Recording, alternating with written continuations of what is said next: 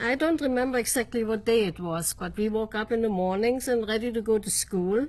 I left with that Mrs. Bamberger, and we saw our synagogue on fire, the smoke coming out. And then we turned on the radio, and we heard the news that most of the synagogues were on fire. And we shouldn't go out of the house. Jews should stay in the house, don't go outside. And that's what we did. We stayed out inside. And then came around mid-morning, it wasn't noon yet, and mid-morning came a horde of people to the door and didn't ring the bell, just smashed the door down, came in with scissors and all kinds of instruments and just demolished the whole apartment. I remember she had a beautiful library, a whole wall of beautiful books, and they down the books, some of them they tore apart. All the dishes out of the cupboards were smashed, all the plants were turned over, pillows and things were cut up. It was just terrible. And they went from, that was a mostly Jewish-occupied home there, and they went from door to door and did the same thing in the whole house. Well, I can't even describe anymore what our feelings were. We were just sitting there looking at a mess. How do you clean up? How do you do? How do you go out and buy new stuff? It was terrible, terrible. So the school was closed, the teachers were arrested, and so I went home to my hometown. And when I came to my hometown, the windows were smashed in again, and that was already a few days later. So my mother told me that my father was arrested, and under the circumstances which he was arrested, he tried to hide in the attic, and the policeman came and said, "Look, I have to bring in a body. If he doesn't come, I have to take you into custody."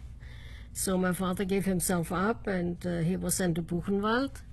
He was in Buchenwald for 4 weeks and was dismissed because he was a World War I veteran, fighting for the German army.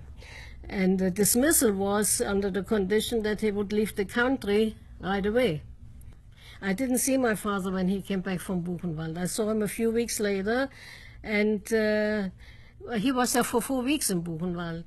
And when I saw him again, he told my mother, "We have to get out of here. No matter what, we have to get out. No matter wherever we can find a place to go, we got to go." So, well, where do you go? So what happened? He took a little suitcase, and it became known that people smuggled people over the borders to Belgium, Holland, etc. So he went to the western part of Germany, and somebody took him over the border to Belgium, only with a little suitcase in his hand. All the assets were confiscated. We didn't have any control over our assets anymore. Bank books, everything has to be, well, they knew already what you had. I mean, they knew. But you had no control. It was called a Sperrkonto and everything. Only so much money you got every month to live off. That's it.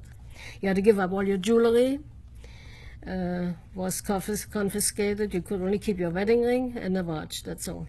Everything else was confiscated. And also a big payment had to be made as punishment for Kristallnacht. You know, people had to repair their own, the damage that was done. They had to repair from their own pockets. And on top of it, I don't know how many millions of dollars, marks at that time, had to be paid to the government as punishment.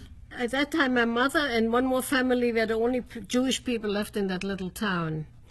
And we had a dentist there who was our dentist, actually, but became a very, very big official Nazi in the party. And he wanted our property very badly.